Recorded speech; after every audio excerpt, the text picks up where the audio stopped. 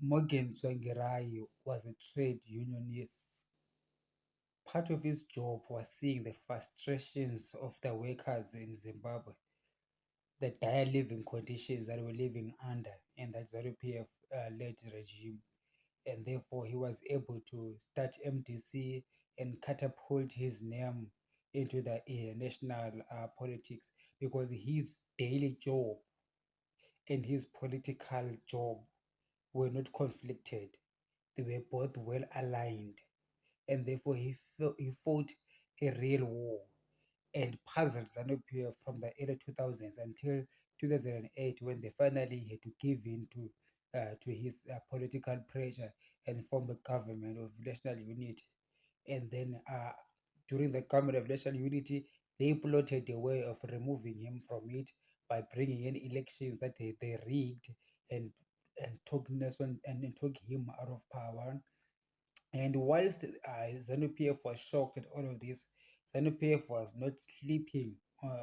They were not resting on their laurels. ZANU-PF was working out to figure out a way of how to avert this problem of opposition in Zimbabwe. So, putting him in this government of national unity was just putting him into government was a small step. Is the word I'm looking for, but I forgot it. Can't come to my mind. It was. I'm trying to say it was a small, an incremental step towards something. So when they're having the government of national unity, they were envisioning that they find a way of dealing with opposition. The idea that Zimbabweans can come around and oppose the government, well, this government was a government of looters. They're not interested in sharing power, of getting out of power. So the sharing part was just, there's a proper English word that I'm looking for, but I seem to have forgotten it. That it's gonna uh, perfectly describe what I'm trying to convey with just one word, but it's gone. It's the witches. Anyway, so so they put him in power. It's just a step. It's a There's too much pressure. 2008 financial crisis. There's no way that we can rig the economy to appease the people that are vote against us. Let us give Morgan Tsvangirai some remnants of power, even though it's not real. But I mean, part of it was real, because at least they took the Minister of Finance and the Minister of uh, of IT, which they gave to the future leader of the MTC, National Chamisa, who today campaigns to gullible Zimbabwe, telling you that he is the one who brought SIM cards to the country. I'm thinking, I tell him that if Chamisa didn't do anything about SIM cards, there will be no SIM cards in Zimbabwe. I mean, SIM cards was bought by Econet and the other companies. He said they were expensive, so he brought them down. Are you telling me that SIM cards that were expensive around the world and they came down because of the pressures of the business environment of telecoms that brought SIM cards down? It's not Nelson Chamisa, but the guy, that's the only thing that he says.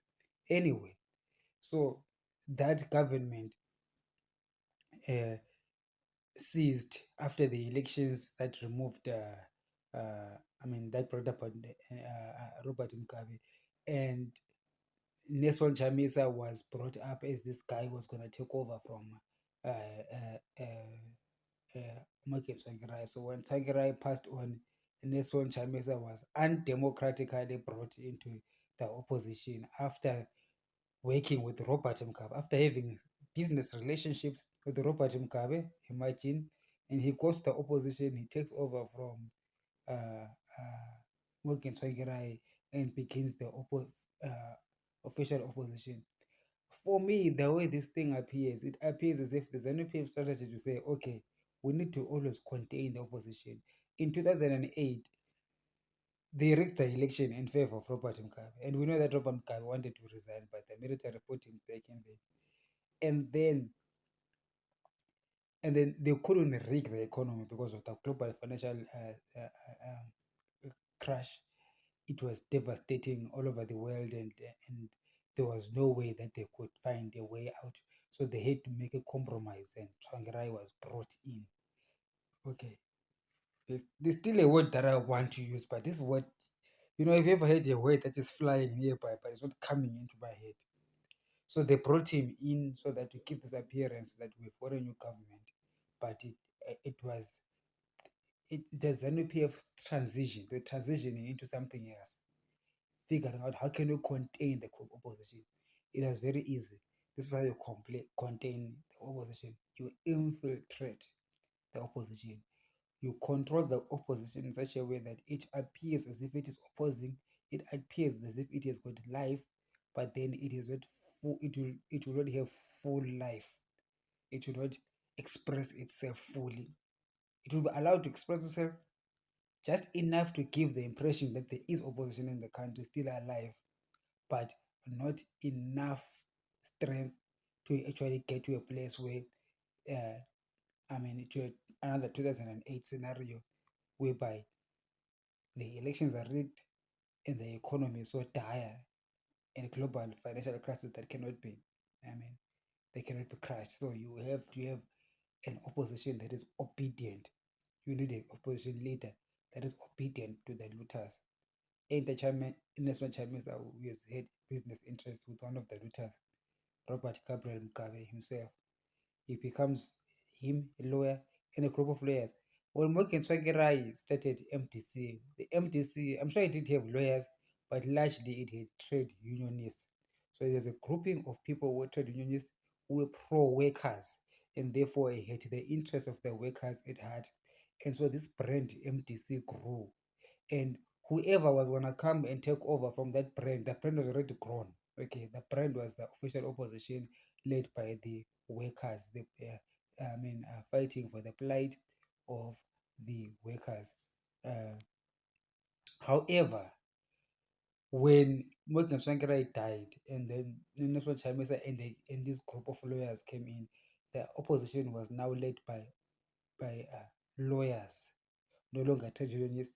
As I said earlier on, that trade unionists are aligned with the plight of the workers, so there's no conflict of interest when they actually represent workers politically. Look at COSATU. COSATU is a one of the tripartite partners of ANC and SACP, but they're trade unionists. They actually represent the workers, so there's no conflict of interest having COSATU uh, being a trade union and at the same time being a political movement, because they are representing the workers who actually are a political entity themselves and therefore need their own leaders, trade unionists, who can be in politics and they will help them.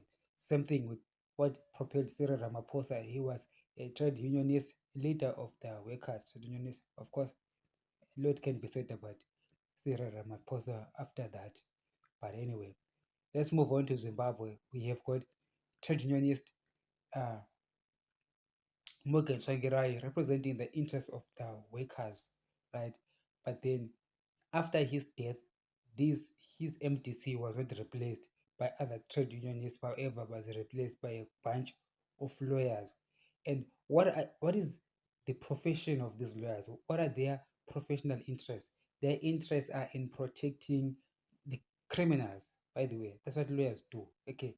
So the group of lawyers that took over MTC led by National Chamisa actually did not shy away from taking ZANU-PF cases of the people that they are opposing in parliament, and obviously to give in, and they knew that they were going to give in a space that they, okay, this is a separate thing. This is a professional job, and then that is politics. But then, as I've been saying before, that why would you expose yourself such way in such a way? If you're interested in being lawyers for these people, then do not be in an official opposition, because you you cannot oppose people, you cannot represent people politically that in your profession you actually working against. You see the difference. Morgan Tsvangirai was a workers representative as a profession, and did the same thing in politics. Nelson Chamisa and this group of lawyers, professionally, they protect the looters of the country. At the same time, they want to lead a revolution that's going to crush the looters of the country. The looters of the country who feed them. Do you get to understand here? that there is a terrible conflict of interest here that really is glaring at us. Such that the Zimbabweans, I don't know whether the Zimbabweans don't want to think about it or they think about it, but then they want to ignore it, or probably the masses don't know. I think the masses don't even know or understand the nature of the conflict of interest that Mr. Chamisa is heavily conflicted. Not only him, but also the lawyers surrounding him. And also the fact that Zimbabweans don't recognize that the opposition, the official opposition, started as a trade union movement, but now it is a lawyers movement. Zimbabwe, can I ask you a question? Do you think that a group of lawyers that they represent the criminals that loot the country, do you think that that group of lawyers would have the tenacity to fight for your plight? We can see that Morgan Tswangirai's tenacity is not replicated in Nelson Chamisa. Morgan Tsvangirai was so tenacious and was visible in his fight against ZANU-PF and that it was real. Nelson Chamisa's fight against ZANU-PF is largely cosmetic and very much restrained because, of course, he doesn't need to win any more voters because Morgan Tsvangirai did all the heavy lifting for him. All he needed to do was to inherit an opposition engine, but then he could not, I mean, uh, grow it any further. But then doesn't really need to grow it any further because there is more people that support the opposition than those that support ZANU PF. But then after he took over, him and his lawyers, he have not pushed. I mean, you would expect that if these guys are lawyers, professional lawyers, you would expect that they'll be using the courts and using the law and pursuing different avenues in the country and outside the country to pressure ZANU PF to accept a better deal for the Zimbabweans. I mean, you think that we're going to the International Criminal Court justice systems in South Africa are open for them, but they have not taken advantage of that. The justice system is within Zimbabwe. They have not been, really fully exploiting that for the purposes of bringing ZANU-PF to justice. So you will see that justice has not been served. I mean, in the opposition, in the official opposition, whether it's MTC or Triple C. I mean, after Morgan Tsvangirai, you will see that they are just not really moving that fast, or I mean, they are quite silent on multiple fronts. I mean, look at the Al Jazeera scandal. The four-part series that came out. If Nelson Chamisa and the opposition were really a genuine opposition in Zimbabwe, I mean, the stuff that Al Jazeera brought up was political fodder that would feed a political animal for the next couple of years. They would have dissected it and attacked ZANU PF through the evidence. I mean, through various means. I mean, we have got the the ambassador at large speaking on the phone to the leader of the gold industry, and also speaking to the wife of the president in a very criminal nature.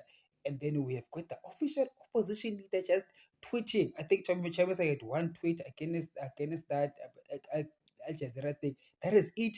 A lawyer, a whole lawyer.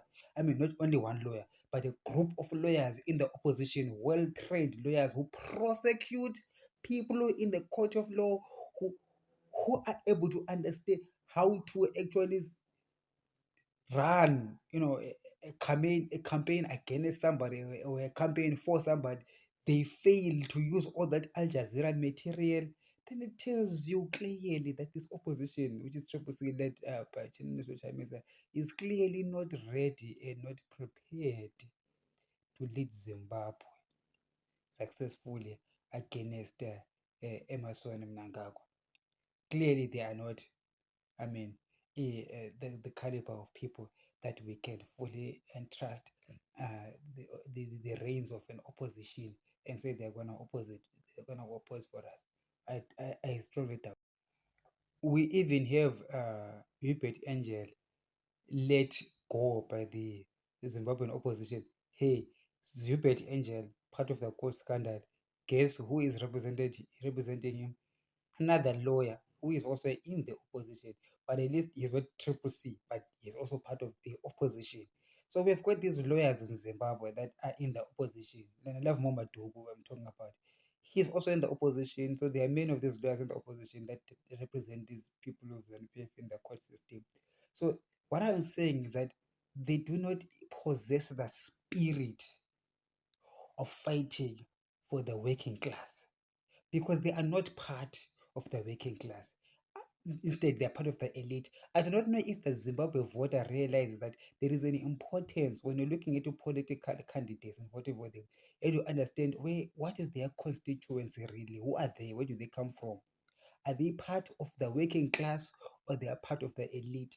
The lawyers in Harare are part of the small gang or group of elites because the looting infrastructure in Zimbabwe is also supported by lawyers in the justice system. Isn't the justice system about lawyers?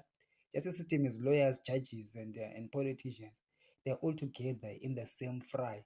So to have those people, the lawyers, the group of lawyers like the Triple C people representing the suffering Zimbabweans, no wonder there is no progress in Zimbabwean opposition. No wonder there is no real push for a change because the people that are supposed to be representing the push for a change in Zimbabwe are a group of lawyers who are part of the elite.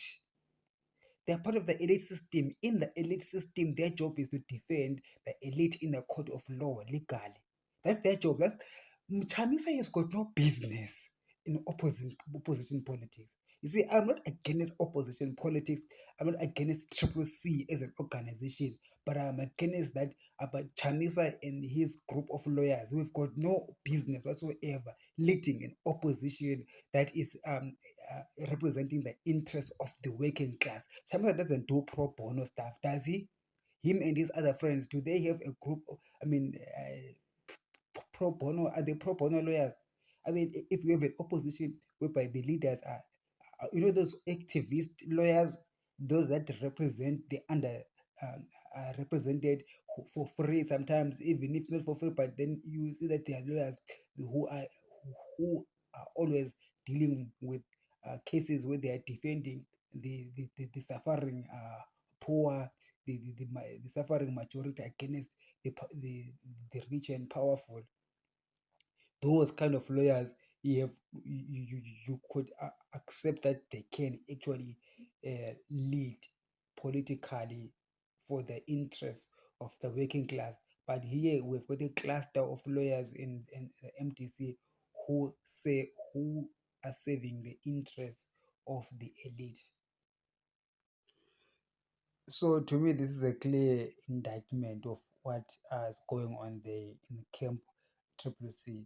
The said part is that I do interact with other Triple C people who are not in the presidium or higher up there, who are also not lawyers, but they're ordinary Zimbabweans who are part of the suffering Zimbabweans who really want to see a change.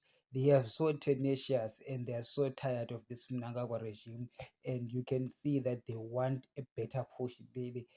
But then they have to toe the party line, and the party leadership is telling them to wait or for some signal that will never come. Okay, I'm not part of Triple C, so I can criticize Chamisa because really the guys in Triple C cannot criticize him because they fear that he's the central figure that they need in order to destroy ZNU-PF. I do understand that part. If you're in a political organization, you don't have to destroy your leader, even if you don't disagree, even if you do not agree with him, because for you are thinking of the collective good. You understand? So from that perspective, I understand their positioning, but then they should be developing some frustration because I mean, the real thing here is that it is highly likely that Chamisa and the gang of lawyers around him do not represent anyway the working class. If my suspicions are unfounded, okay, if my suspicions are unfounded, but then my assessment of the situation that Nelson Chamisa is a lawyer and this group of lawyers that represent the elite and are part of the elite have got no capacity whatsoever to represent the underclass who are actually fighting the guys that feed Chamisa and his lawyers. What we are seeing in Zimbabwe is a movement of the people led by the leader of the people, who is Morgan Tsvangirai. That movement was hijacked by the elite who replaced the trade unionists with lawyers that are part of the elite. You know, it was just a sneaky way of containing the opposition. I mean, this was done by the elite in Zimbabwe to protect the interests of the elite, because Nelson Chamisa is part of the elite. Do not be fooled, Zimbabwe. Nelson Chamisa is not part of the working class. Nelson Chamisa is not part of the suffering Zimbabweans who are in the UK and who are in the USA, who are finding it difficult to come back to Zimbabwe because they have got political asylum papers in USA and they're not allowed to come back to the country. Now, I've got Zimbabweans that are crying there. They've been in the UK and USA for 10, 15, 20 years. They want to come back home, but they cannot come back home because their papers do not allow them, because they are political refugees. If they come back to the country, they can no longer go back to work in USA or UK because they're actually economic migrants more than real political excuse me, political asylum. So those kind of Zimbabweans in the diaspora are not represented by Chamisa. Chamisa is not in the diaspora. It's got no diaspora problem. Chamisa has got money. You know, the ZANU-PF clients pay him. Like, do we know how much ZANU-PF clients pay him? Can I tell you something? I show you an example. If, let's say, representing some ZANU-PF big wig costs 100,000, Chamisa can charge that person 500,000, then they will pay because it's Chamisa. Do you know why? Because they will want him to be happy. The ZANU-PF big wigs, the looters in Zimbabwe, have got material interest in keeping Nelson Chamisa well oiled through the law firm of Nelson Chamisa. Through their law firm, they are able to drive business to him and keep him and his lawyers well fed, financially stable, so that they will relax on the political side. But for some of us who are just waiters, ordinary waiters in a restaurant, ZANU-PF does not come and tip us.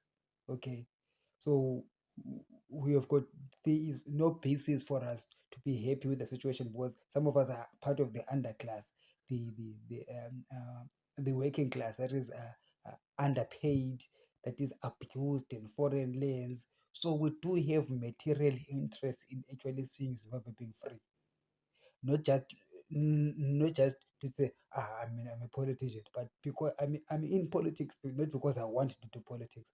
I'm in politics because of my situation. Okay, because of my predicament where I am causes me to be in politics by force. Okay, I've got no choice but to prophesy, but to politicize and to fight, because I'm fighting for me and then other millions of Zimbabweans who are like me.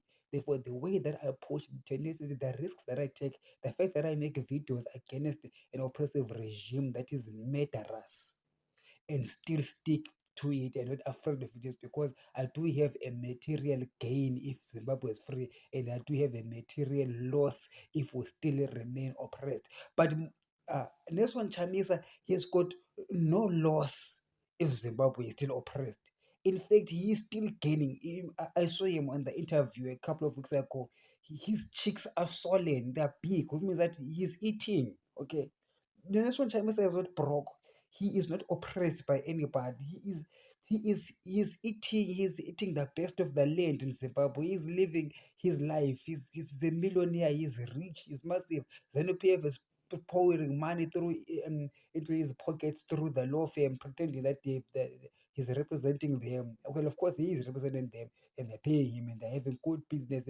So Nelson Chamisa he has got no interest in putting his life at risk for to free Zimbabwe. Why? Because he's fine where he is. So he has got not much gain from a free Zimbabwe might actually be intimidating for National Chamisa, because he might lose his clients. When we prosecute his ZANU-PF clients, he will not longer, I mean, he might not be in that space where he can still be able to protect them or whatever. But I don't see him having a personal need for a free Zimbabwe.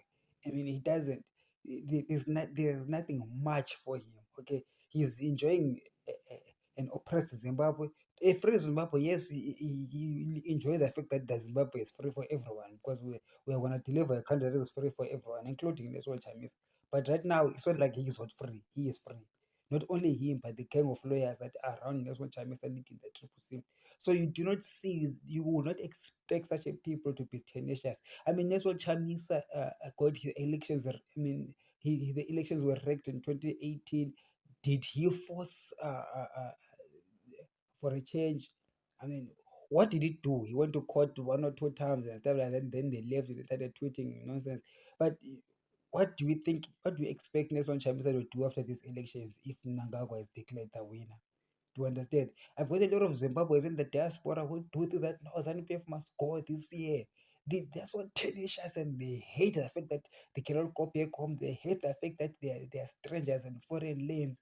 But then the guy that is there in Harare representing them, he's got no interest, he's got no business to be worried about the diasporans, the Zimbabweans that are suffering in USA, in the UK, in South Africa. He's not one of them. Chamisa is not a waiter in Zimbabwe, he's not a security guard or some guy who went to Europe because there's no jobs in Zimbabwe. No.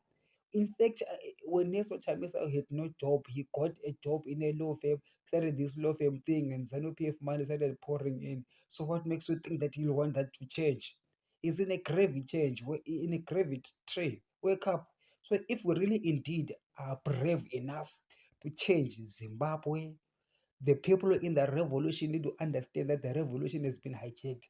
For once, just to remove that idol. Don't worship Chinese. I mean, we worship God and we desire a free Zimbabwe. We don't desire President Chamisa to be president. That's not really our concern.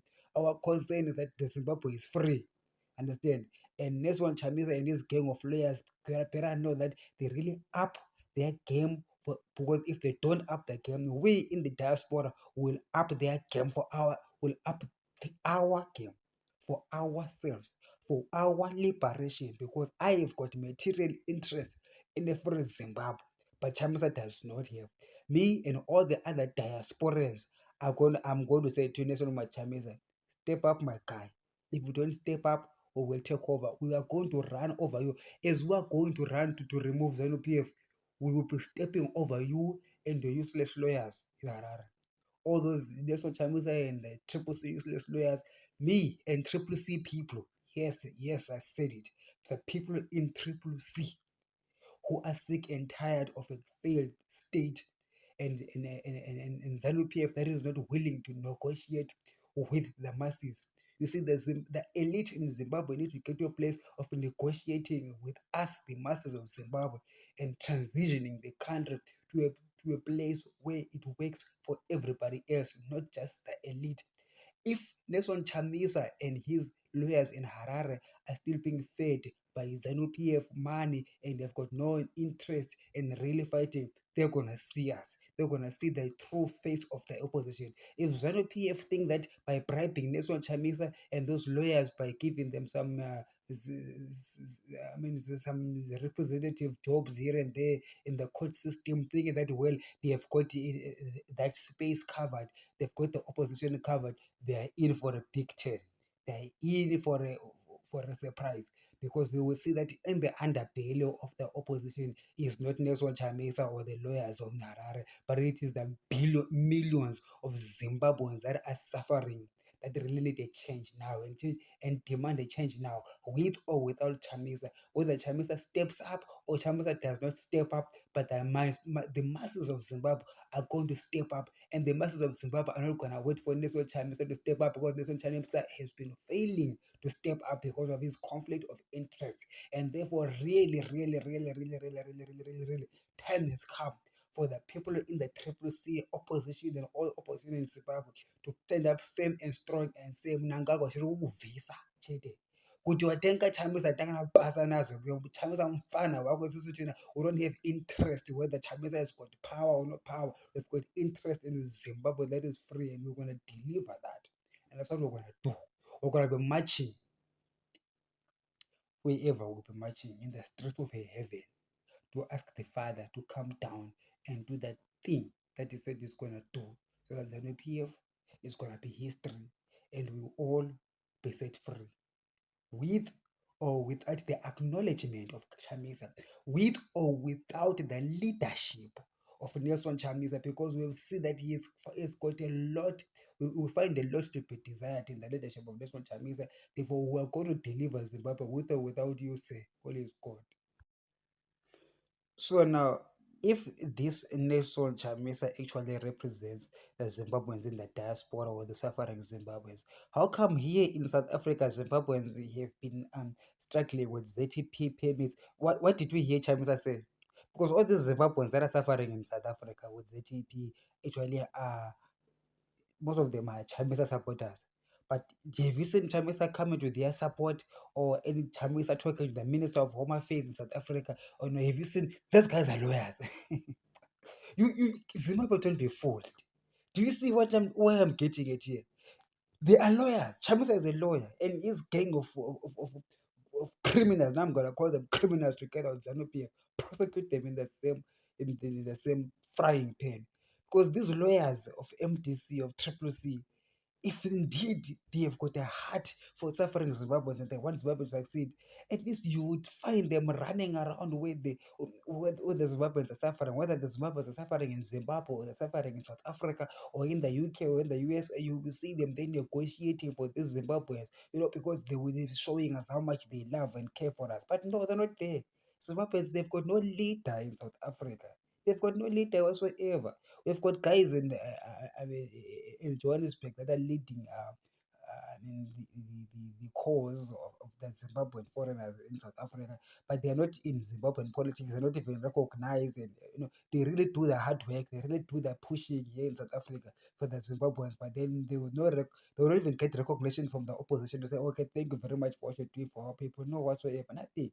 So you begin to see that who is Nelson Chamisa a lawyer for? Because as a politician, okay, he claims to represent the people of Zimbabwe who are suffering, but then as a lawyer, he is failing to even, stand up for the Zimbabweans in South Africa. He doesn't have to come to a court of law.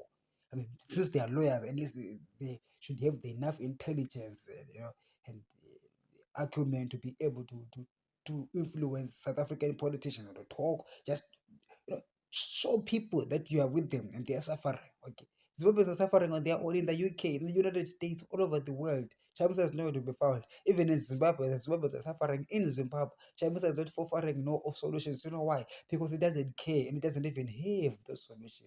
Ask Mr. Chamisa, what solution is it got for the Zimbabweans right now? We are having the ZANU-PF as our leading, I mean, as the ruling party. What support is he giving to the Zimbabweans now, before he even takes over? What is he doing now?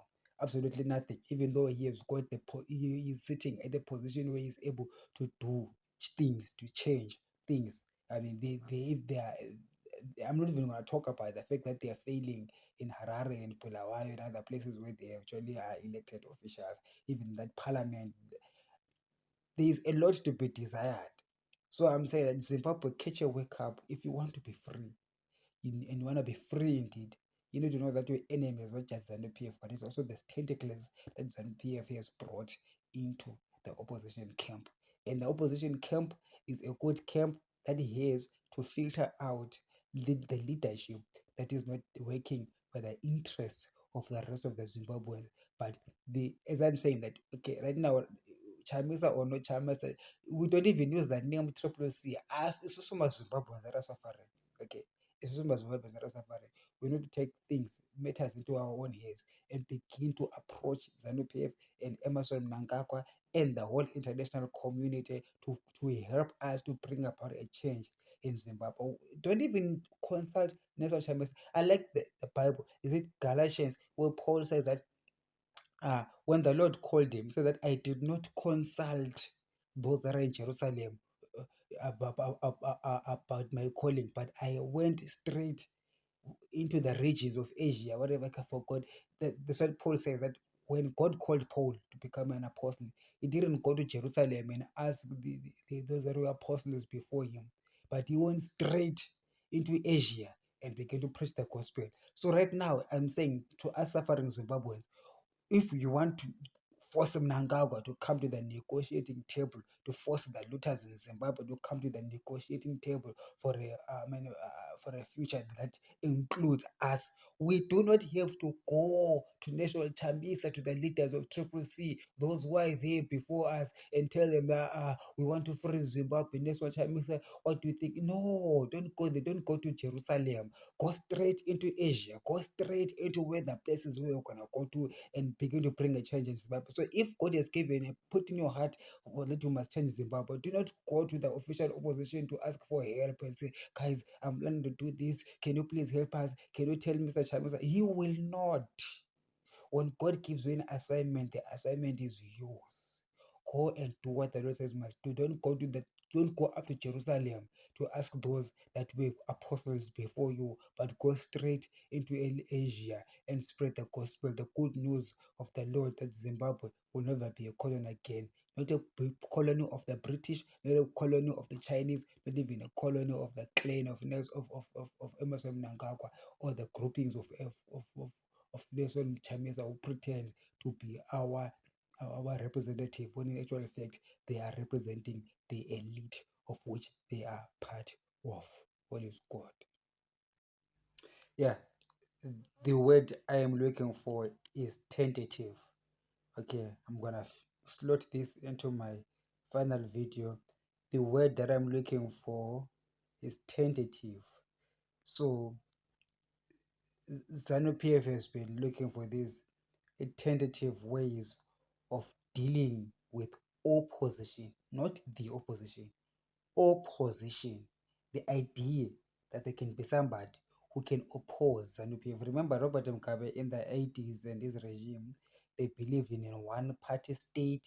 So when there was ZAPU, they had to destroy ZAPU through Kukurahundi, and to stop that war, they had to have this unity accord. So in the unity accord, it was swallowing ZAPU into ZANU.